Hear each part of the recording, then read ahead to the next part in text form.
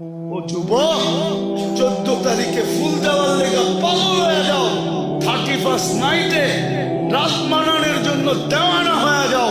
আর তোমার জন্য মুহাম্মদুর রাসূলুল্লাহ এখনো চোখের পানি ঝরাইতেছে। বিশ্বাস হয় না? চলো আমার সাথে, আমি লোক দেখায় দিব। চলো আমার সাথে, আমি তোমাকে দেখায় দিব। এখনো চোখের পানি ঝরায়। দুনিয়ায় যতদিন ছিল ততদিন জড়াইছে।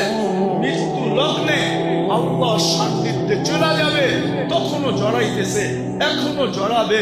আবুল্লাহ সামরকান্দি বলে, কবর থেকে কাঁদতে কাঁদতে উঠবে।